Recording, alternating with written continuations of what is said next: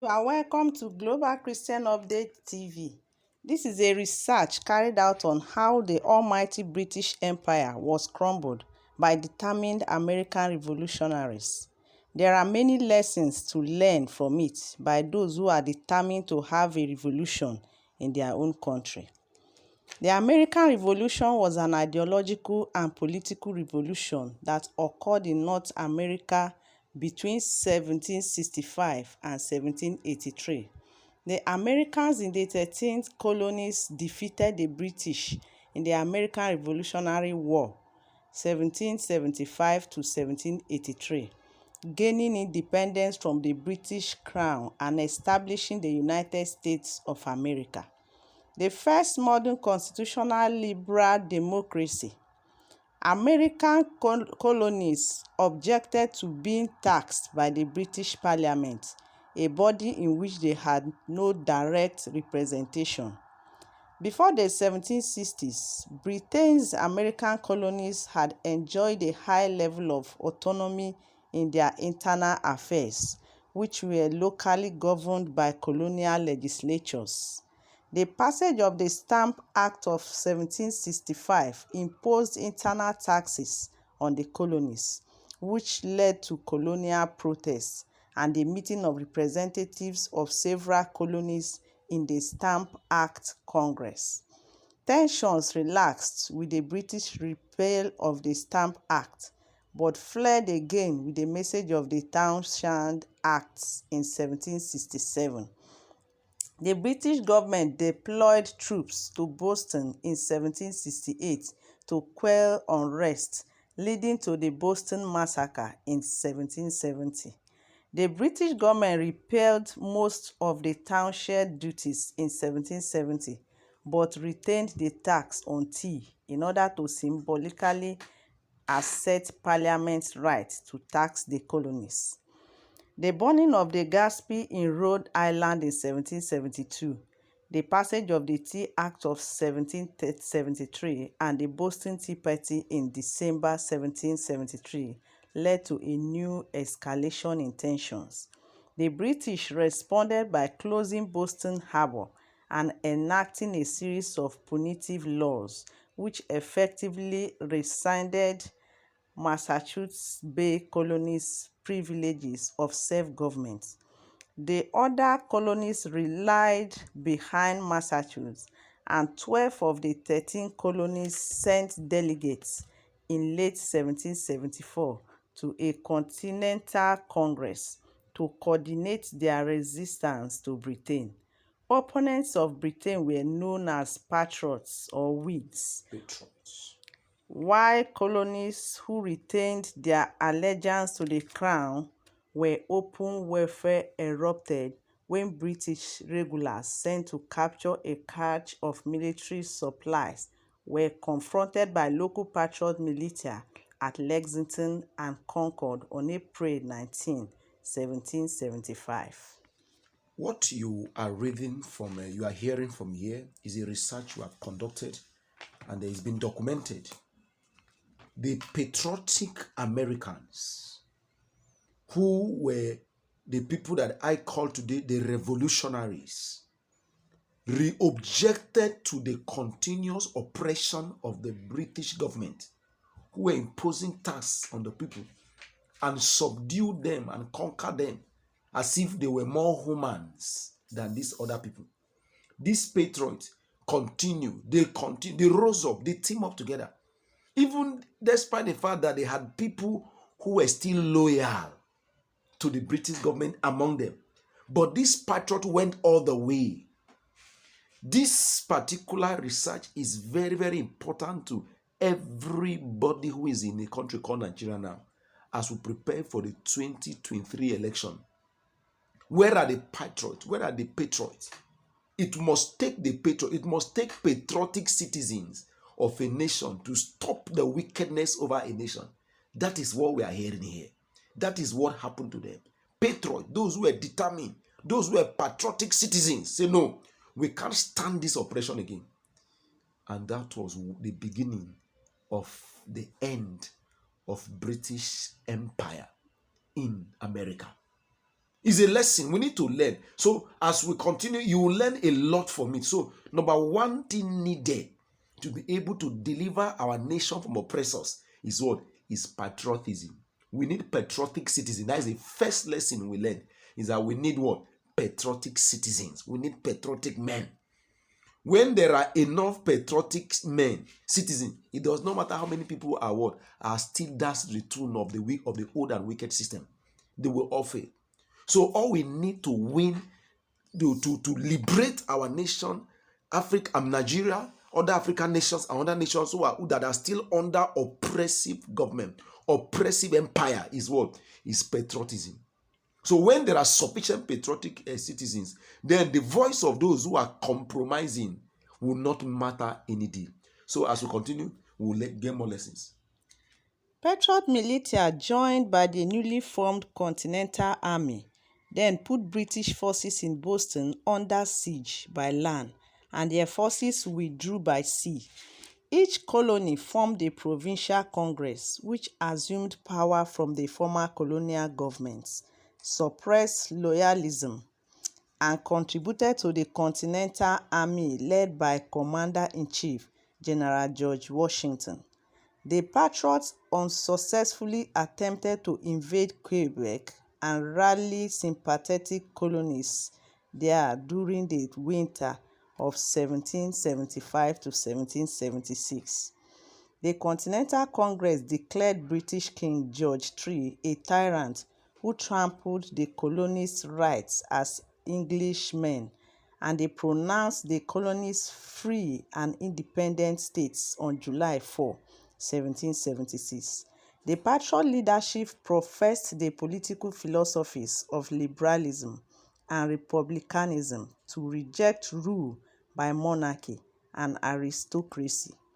The Declaration of Independence proclaimed that all men are created equal, though it was not until later centuries that constitutional amendments and federal laws would increasingly grant equal rights to African Americans, Native Americans, poor white men, and women. So it's very important to understand here. It was about making everybody equal. One of the things that the emperors feed on is what? Is inequality. The monarch system actually divide the nation into classes. And today, though many countries are still running on the so-called democracy, but the democracy is actually hijacked democracy. It's actually an empirical system. The emperor, tyrants. And that is what we have in countries like Nigeria. We are ruled by tyrants. They do chambo election. They control the system. They rig the election. They determine who gets there. So there is no freedom as it were. So what we are fighting for, what Nigerians should fight for, or what they are fighting for, what we need, what we are fighting for by the man called P2B is we're fighting for freedom of our nation. The man have told us, he want to collect our nation from this person and hand over to us. Because our nation has been under tyrants, oppressors, looters. Look at how they have oppressed the nation. Could you imagine today that we produce one of the highest oil producers in the world, yet we are having first casting in Nigeria at this particular time? It's unheard for. It's an oppressive government. It must be changed. This government must be collapsed. This tyrant must be brought to their knees. How do we do that? It is by becoming patriotic and what? And moving out, all out revolution. We need men like George Washington, who led the Revolutionaries army, and then they were able to collapse almighty British Empire. So let's see how it all happened. The British captured New York City and its strategic harbor in the summer of 1776, which they held for the duration of the war. The Continental Army captured the British Army at the Battle of Saratoga in October 17, 1777, and France then entered the war as an ally of the United States, transforming the war into a global conflict. The Royal Navy blockaded ports and captured other cities for brief periods, but they failed to destroy Washington's forces.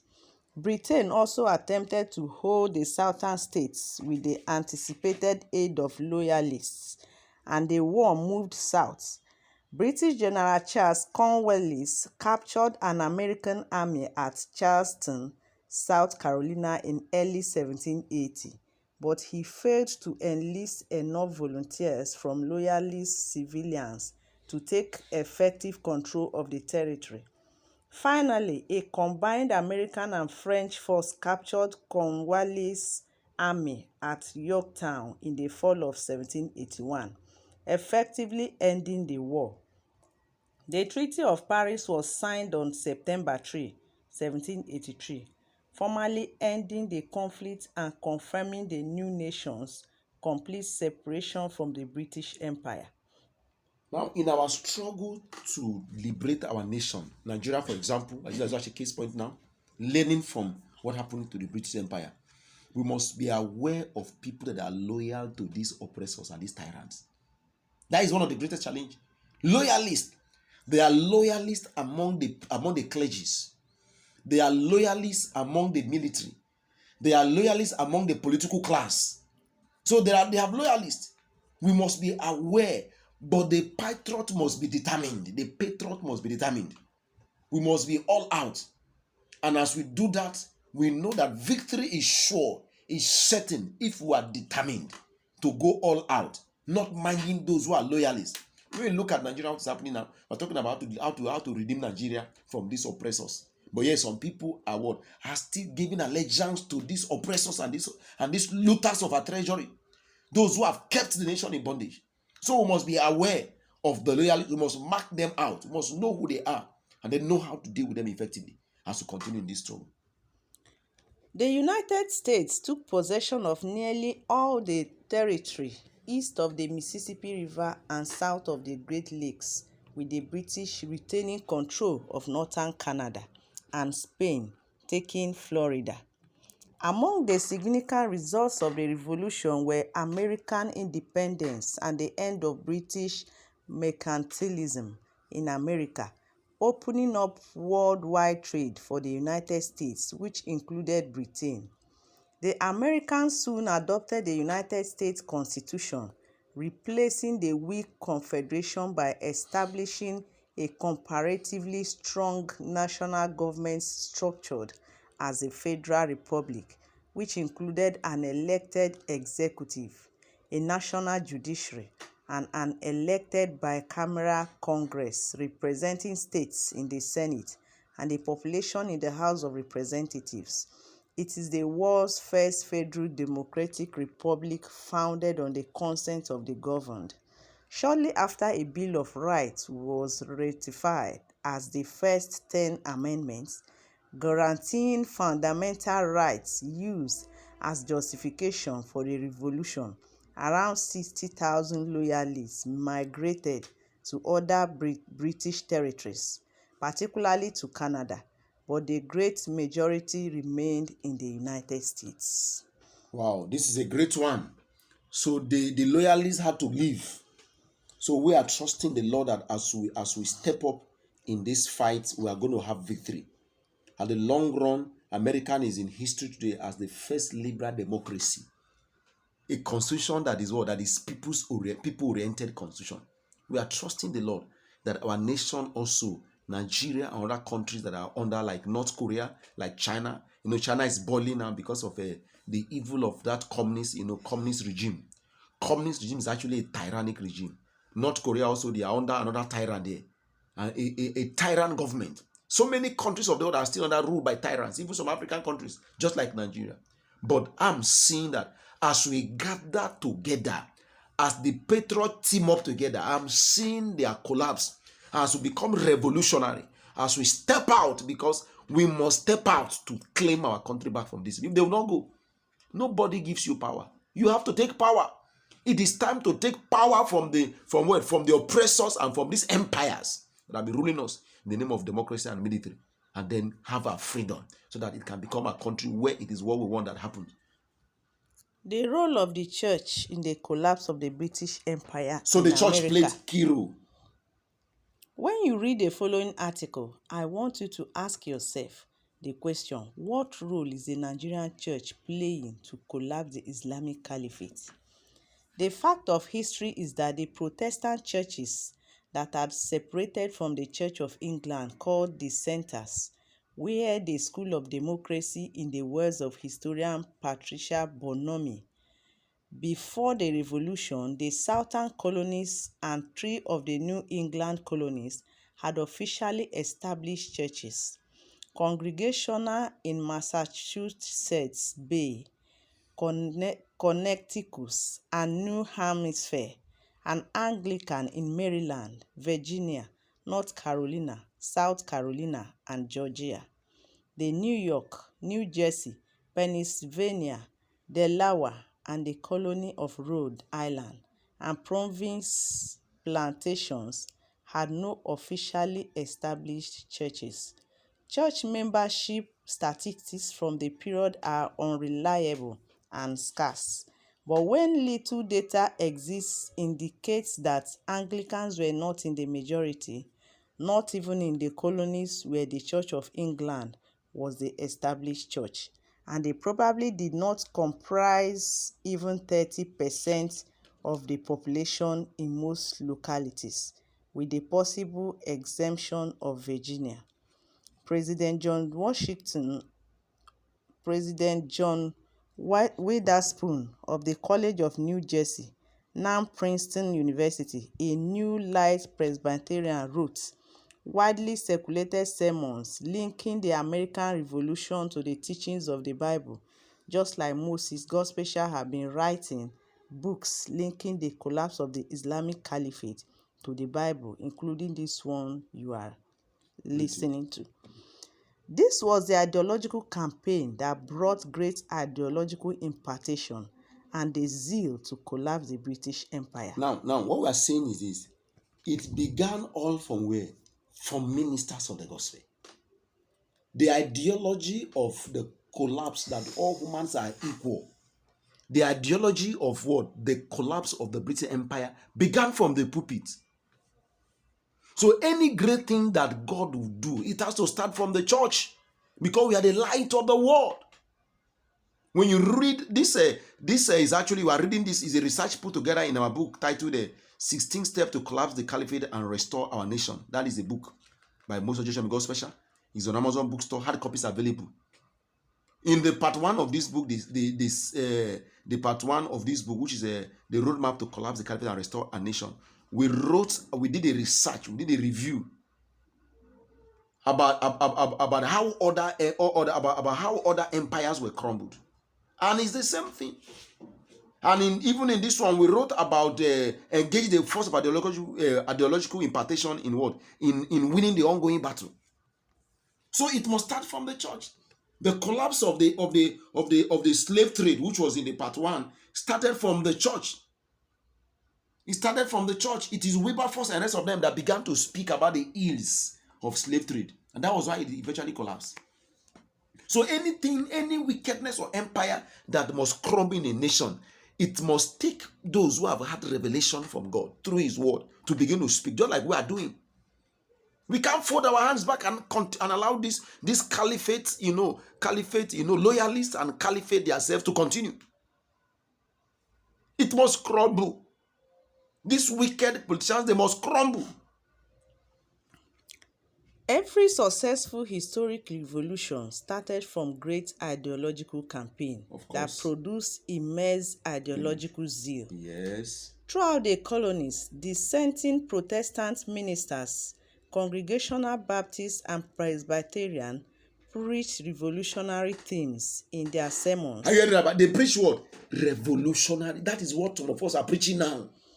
We need what? What will give birth to the what? To the patriotic citizens that will stand and what? And bring revolution that will deliver a nation from these oppressors who have ruled our nation and have ruled our nation aground. Is what? Is sermons. Revolutionary messages must come up. So there is no revolution without message of revolution. Every revolution started as what? As a message. And oftentimes it starts from where? From the place of influence. And one of the greatest places of influence in this world is the church of God, is the altar of the Lord.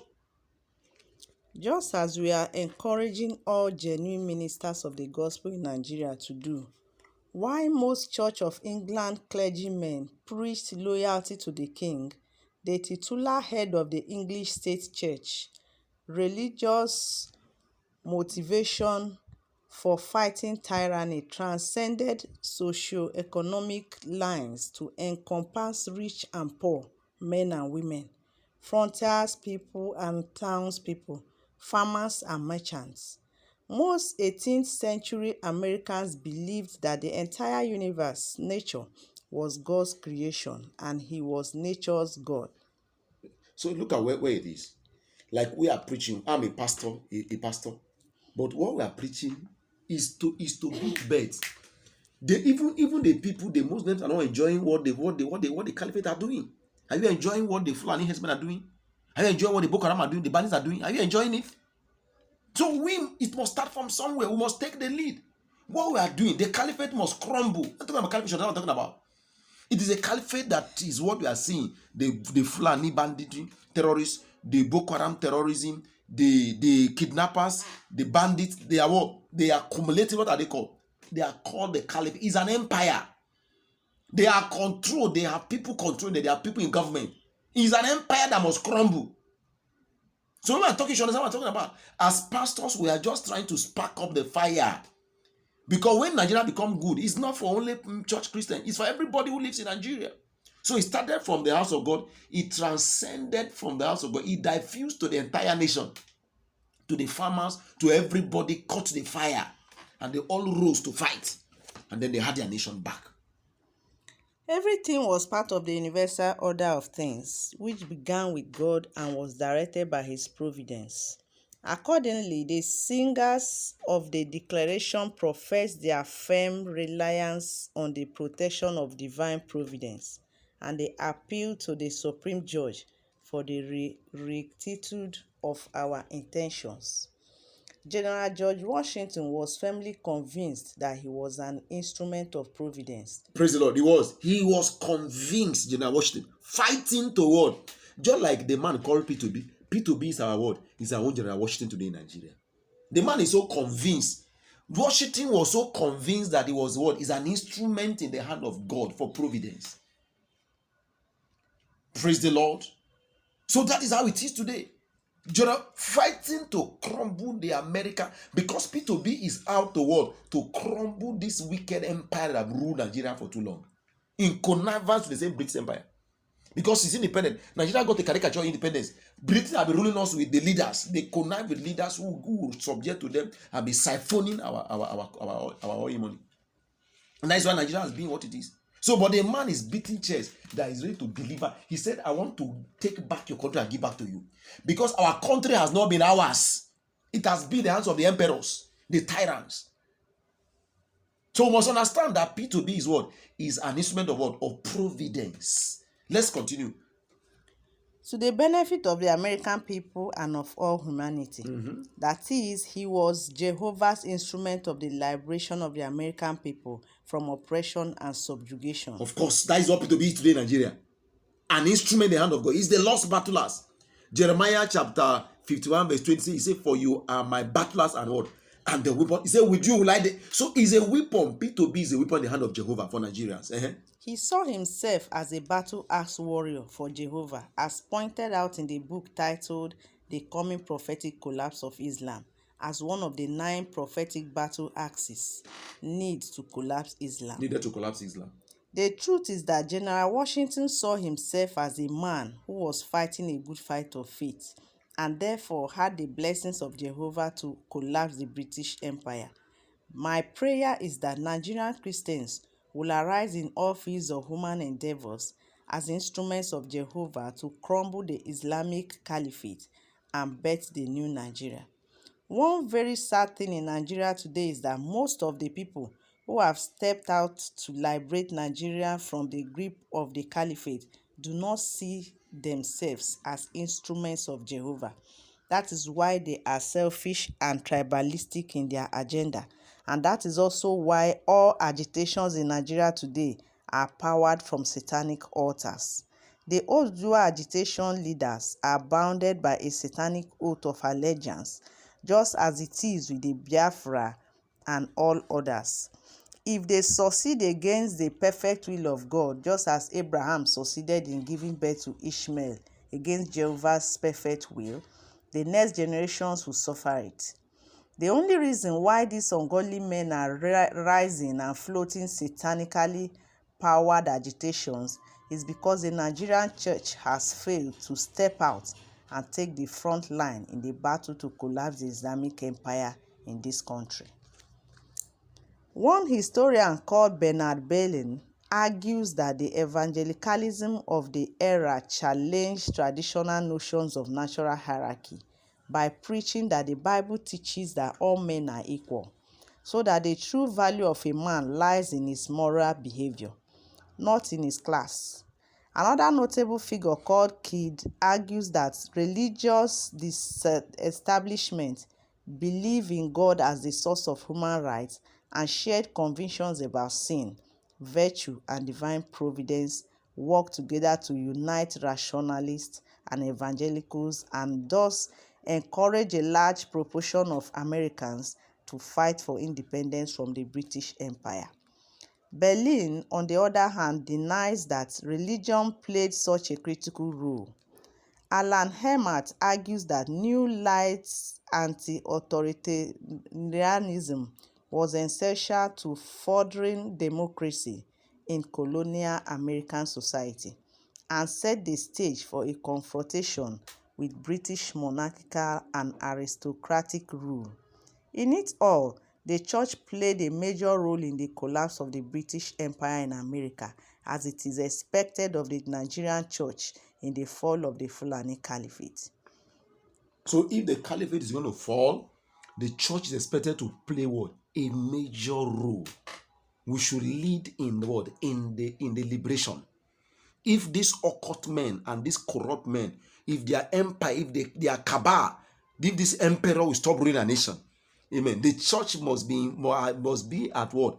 At the front of this revolution. The revolution to deliver Nigeria from the rule of the Northern Army is what? The church must be at the forefront. It is not time to sit back. It is time to be at the front stage. Our sermons must change, must be revolutionary. And we must be engaged, must be at the front, must not be at the back seat. We must take the lead. In order to, if the good people refuse to talk, bad people continue to have their way. As a matter of fact, the prosperity of the evil because of the good people are not coming out. That is the point, the fact. We must confront them. We must change the order. We cannot be at the back. The church must step out and be revolutionary in order to deliver the nation from this man. Until we become revolutionary, we cannot get out of these people's crunch. Beloved, we can collapse the Islamic Caliphate in Nigeria, not minding how great it has become, if Christians can rise to their prophetic responsibilities, as clearly stated in so many of our books and magazines. It is worthy to note that the revolution was effected before the war commenced. The revolution was in the minds and hearts of the people. They have believed and agreed that they can do it before the war broke out. This is what the Global Christian Update is trying to instill. They believed, that they can what? That they can do. We must believe that we can. Before the American Revolutionary ever began this battle, they already believed that they will. So the will must be there. We must believe in ourselves. And I love Joshua and Caleb in Numbers 13:14, chapter 13 and chapter 14. They saw the giant, but they say, we are well able. We must believe that we can win 2023 election, not minding the giant, not minding the size. How could you imagine that ordinary some small people in America just wake up and say no to British Empire, that great empire? They believe that they can, and they believed that with God they can do all things. So Nigerians must believe that with God we can collapse this empire, this wicked political empire that be ruling us, this so-called ruling class. We should believe God. They believed God, and they believed in themselves that with God all things are possible, and they went all out. So let's believe in ourselves. Let's go all out, trusting the Lord that it is God Himself that gives victory. The Lord bless you. I want you to tune up. This is the part 1 of this research. We continue in the part 2 And then there we are going to draw out some more lines. And God bless you. Please don't forget to share this message. Don't forget to subscribe. Don't forget to also comment and also follow this Facebook and YouTube page. Just click the green button on the top. Then you can follow as we bring more research updates so that you can also be part of it, so that you will not miss out. Great lessons that we have learned. And I'm sure we're going to learn more lessons in the part 2. God bless you. Shalom, Maranatha. Maranatha, Hosanna.